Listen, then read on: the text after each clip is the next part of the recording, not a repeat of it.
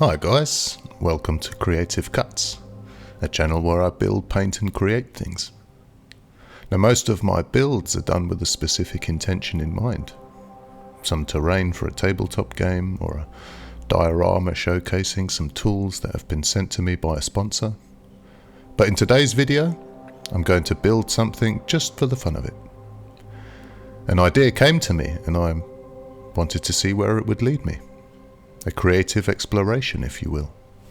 And because this all started out as an idea, it meant that there wasn't much of a plan or a roadmap to follow.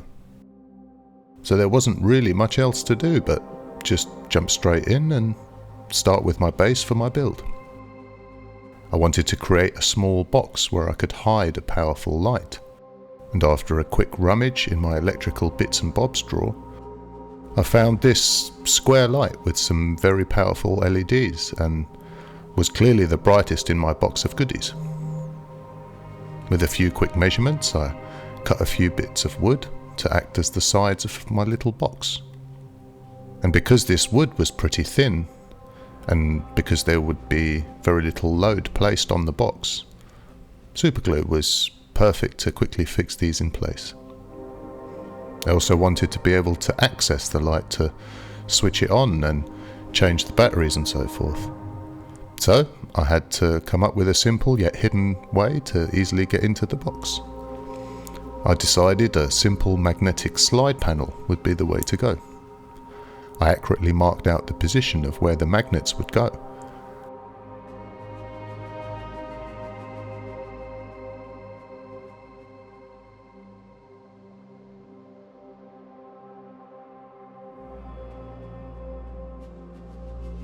And with a correctly sized drill bit, I made some shallow holes for the magnets to drop in. Getting the polarity correct here is crucial, so take the time and make sure everything is right.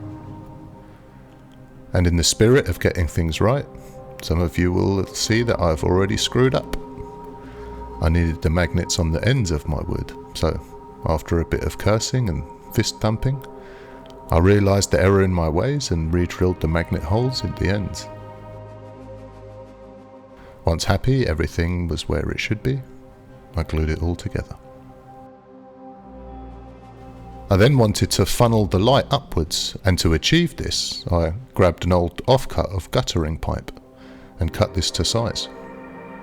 I roughly placed this in position to harness the most light, and in this case it was slightly off centre.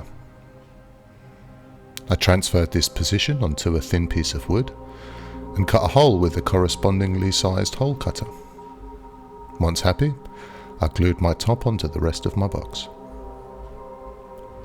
However, at this stage it still very much looked like a smooth plastic pipe sticking out of a wooden box. One way to get around this is to change the silhouette, and a great way of doing this is by turning to an old favourite of mine. Shout out to Wylock's Armoury for this. If you know, you know. And that is graphics board. Basically thick card that you might find on the back of a legal pad. Thick enough to present some detail, but also thin enough to easily bend into shape. I cut a few strips of this and carefully glued them into place. If you want to be really clever, then you can even add a bevel to the two adjoining sides so there is no visible edge. And before you know it, with very little effort, my pipe looks less like a pipe and a bit of free detail thrown in for free. I also found this cool STL file with some kind of summoning circle and printed this off at the correct size to fit into my pipe. I wasn't overly concerned with the inner details, as this would mostly be covered, and if any crept through, then again, free details I could utilise. There was a slight overhang at the outermost edge, and to give the whole shape a feeling of solidity, I added another band of graphics board. Now the transition from one material to another felt complete and visually made sense. And to get the join of the graphics board really smooth, I carefully sanded this down with a nail file.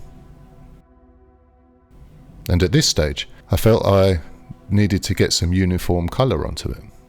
another way to see how your different materials are behaving together. I primed everything black with my airbrush, taking care to hit all those hard to reach places. A Lazy Susan is a great help for this, as it easily allows you to spin the model without getting fingerprints all over it, as well as keeping your hands clean.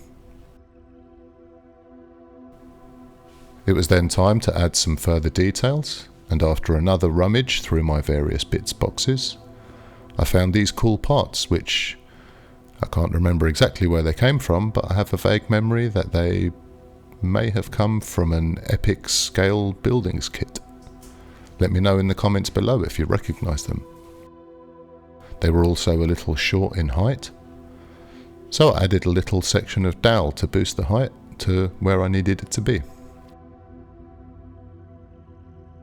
And slowly, with only a few elements added using simple materials, I've ended up with something that looks like it was always part of the same piece, and a pretty complex piece at that. I also had a few resin crystals that I had left over from basing up my Necron army. Video link above if you'd like to watch that. And I selected a few of these and glued them into place for another visual element. I've learned over the years that the best way to achieve effective details is to add lots of small details that don't try to be the main feature, but rather each one adds up to an overall illusion of detail. Once dry, it was time to add some ground texture. And tip 1 is to shake your PVA glue before using it. As you can see here, I made a bit of a mess by trying to add the glue straight from the bottle. In hindsight, I should have poured my glue into a little pot and then carefully added this in a more controlled way. But not to worry, as I can fix all this later down the line.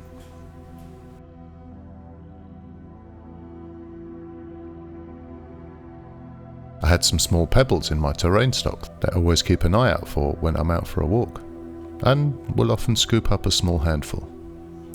Over the years I've built up a nice little collection of various sands and small pebbles in a range of sizes, and the best thing about all this is that it's free. I added a bit more glue to lock everything in place, and also act as the next layer of glue to receive another layer of ground texture.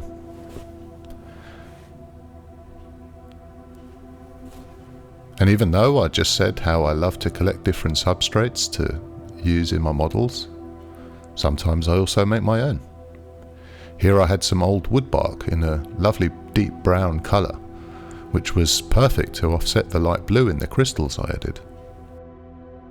Just some basic colour theory, but using colours that are at the opposite ends of the colour wheel will give you the most pop or contrast. In this case, blue and orange, orangey brown. I put these into a coffee blender and buzzed them down into a very fine consistency. I used a piece of mesh as a strainer to sift out any larger chunks, to leave me with a very fine brown powder. Then, after another thinned down coat of glue, I carefully added a fine layer of my newly prepared terrain powder.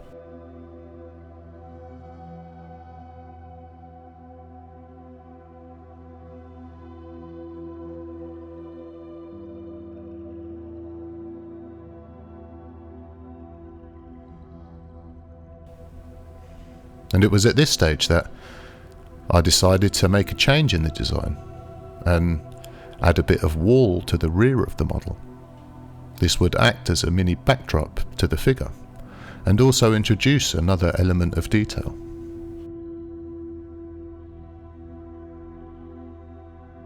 Often in model making, there is a visual editing process that takes place. What to add, what to leave out, and what becomes a suggestion of something bigger that has not been included and hinted at. I had a bunch of pre-cut foam blocks left over from a previous build, and quickly built up a couple of old walls that were on the verge of collapse. I even added a few broken bits of block, where they may have already broken off and fallen beside the wall. Now I kept rummaging through my boxes of bits, and found this cool animal skull from a Games Workshop skull pack.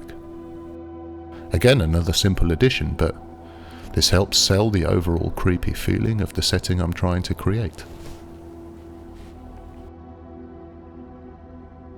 And whilst my model was looking pretty cool at this stage, I really wanted to lean into the supernatural vibe I was imagining, and I had the idea to add some wild trees that seemed to have grown straight out of the base. This immediately adds a sense of age and a passage of time, as these trees, even though long dead in appearance, will have taken a very long time to grow into a twisted mess of roots and branches. In reality, these trees are just roots and some small dead shrubs straight from my garden. Again, free and full of natural colour variation. I slowly built up a composition where I tried to balance the placement of the trees to form a natural looking shape, and kind of frame the model but not block any of the key sight lines when viewing my model.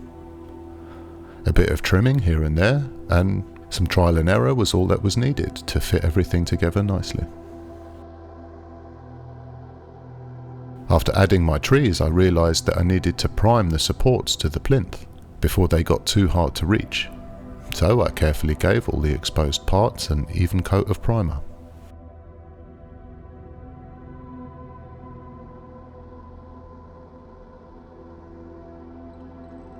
And then comes the real meat and potatoes of my idea, and the whole premise of this video. I made a video where I made an Egyptian-themed book nook, in which I 3D printed a texture roller to print hieroglyphs onto clay.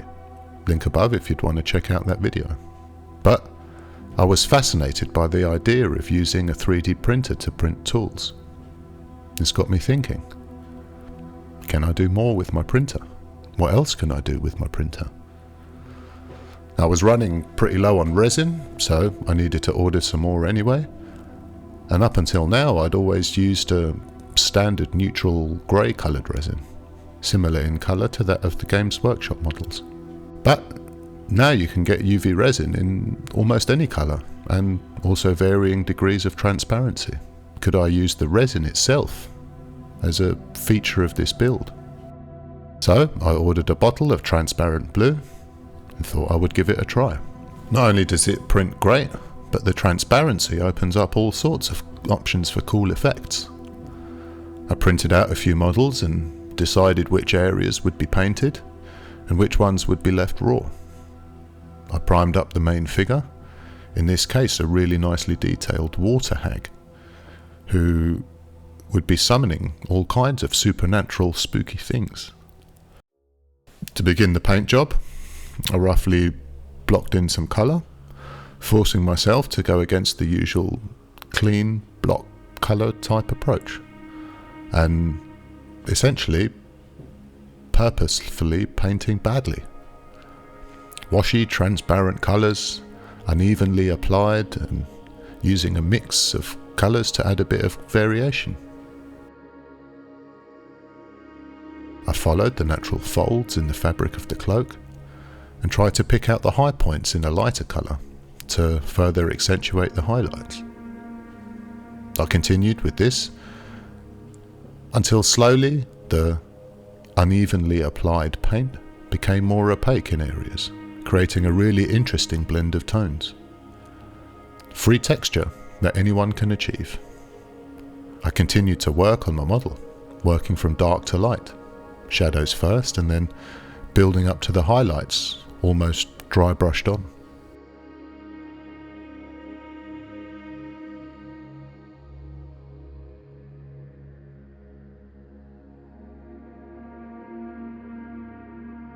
I applied the same principle to the snake around the hag's neck.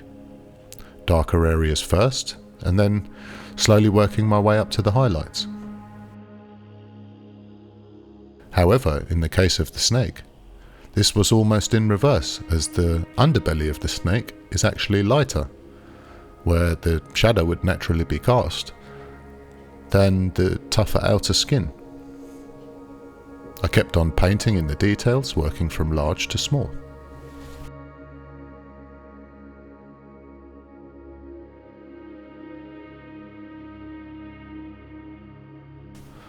I also decided to add some runes to the hag's cloak for an extra bit of visual interest, as I thought it was still looking a bit empty in areas.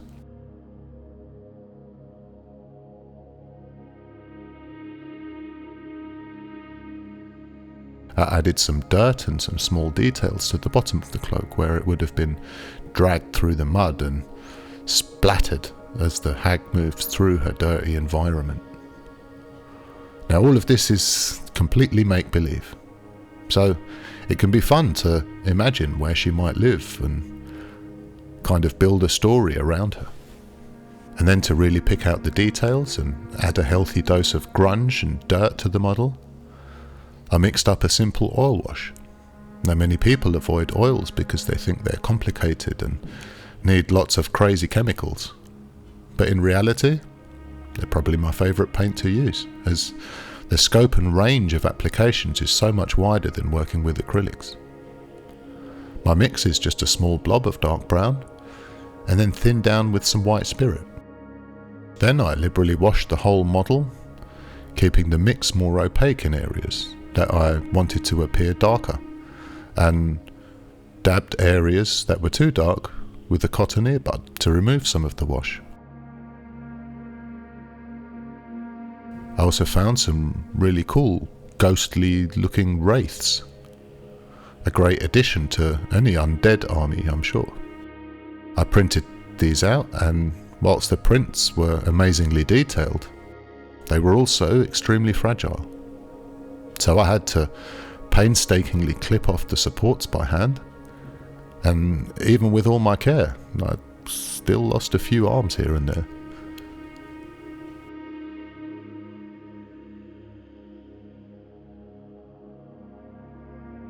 Now after my oil wash was dry, I went back to painting the model and picking out the details that I'd really wanted to pop. A good brush and thin paint is crucial here for this kind of detailed work. And there was no shortcuts here. I found a good podcast, settled in, made a cup of tea, and tried to remain patient. The model will let you know when it's done. I wasn't going for competition level painting here, but as the model would be the main feature of this build, I still wanted to do a good job on it. And before I assembled all the separate bits of this build together, I took the chance to paint in the plinth. Lots of stippled brush strokes and variations in colour here to create the look of stone and texture. I also decided that my trees growing out of the base still looked a bit sort of stuck on. The transition from one material to another wasn't really believable yet. I wanted the tree to look like it had really forced its way through the stone. So I added a few small blobs of glue and added some debris around the area.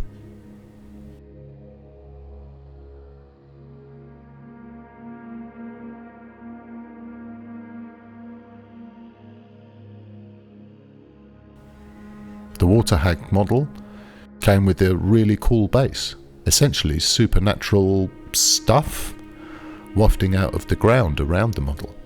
I fixed this to my plinth that I'd created, but the bottom of the base wasn't perfectly flat, and I was worried that once the light was on underneath it, there would be a noticeable light bleed from the areas where it wasn't completely flat. To remedy this, I carefully applied some modelling putty to fill all the cracks and gaps. And I used a clay shaper to really smooth this down.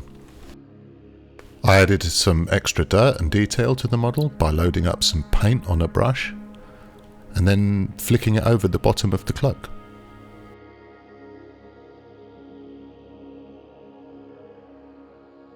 And slowly things were starting to really take shape as I put the various elements together. All that was left was to add the wraiths to the rest of the model. I tried to build up an overall shape that was asymmetric yet harmonious, taking care to place the models in places that seemed to work with the natural way that they were sculpted. This process was very fiddly, as I was now working around all sorts of obstacles. So I had various sizes and shapes of tweezers and thin wooden skewers to help me get into all those really hard to reach places. I wanted to really emphasize the glow on the model and was worried that the LED light wouldn't be powerful enough to cast a visible highlight. The painted model didn't really mesh well with its unpainted sections. Painted light will always struggle to compete with naturally cast light. So I carefully came in with my airbrush and ever so lightly sprayed in the areas that would catch some light.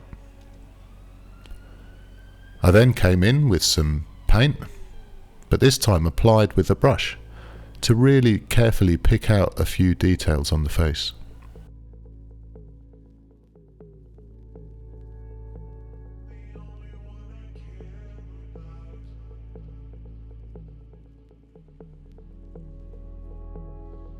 Once the brighter areas were established, I loaded up some candy blue paint in my airbrush.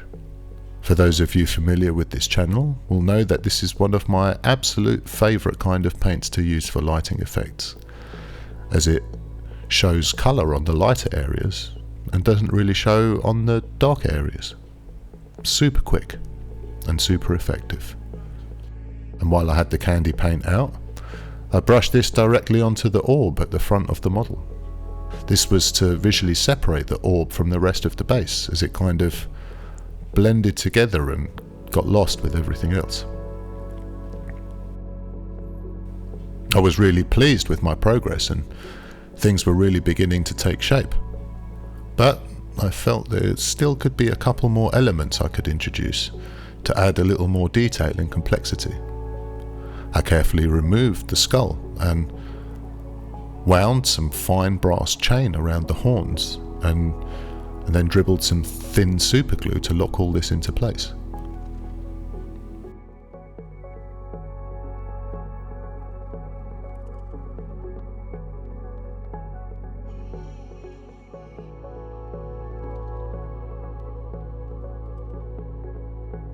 I then wound some more chain around the branches.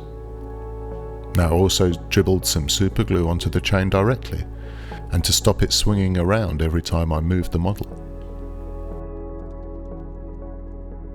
And to finish things off, and to also add another unifying layer onto everything, I added another one of my favourite modelling products, Moss by Dirty Down. Now, some of you will be familiar with their bottles of rust. In my opinion, the best out there. But you don't really see many people using the moss. It's basically the same thing, but instead of being rust coloured, it's green instead. I apply this with a brush, and then I heat and speed dry the mixture with a hairdryer, as this really activates the chemical reaction and leaves you with an amazing moss effect.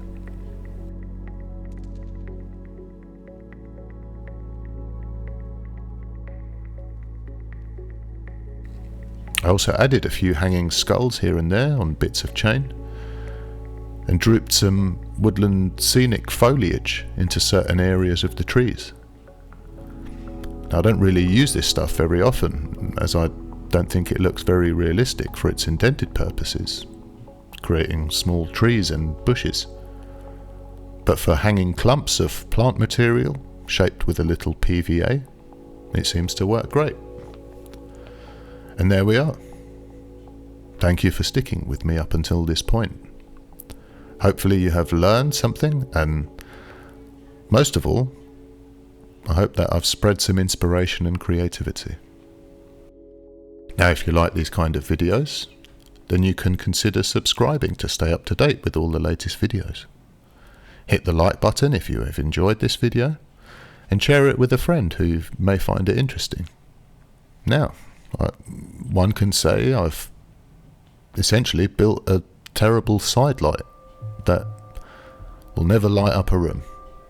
But I have explored an idea, and in doing so it has already inspired many more. But most importantly, I had a ton of fun doing so. Thank you for watching, and enjoy.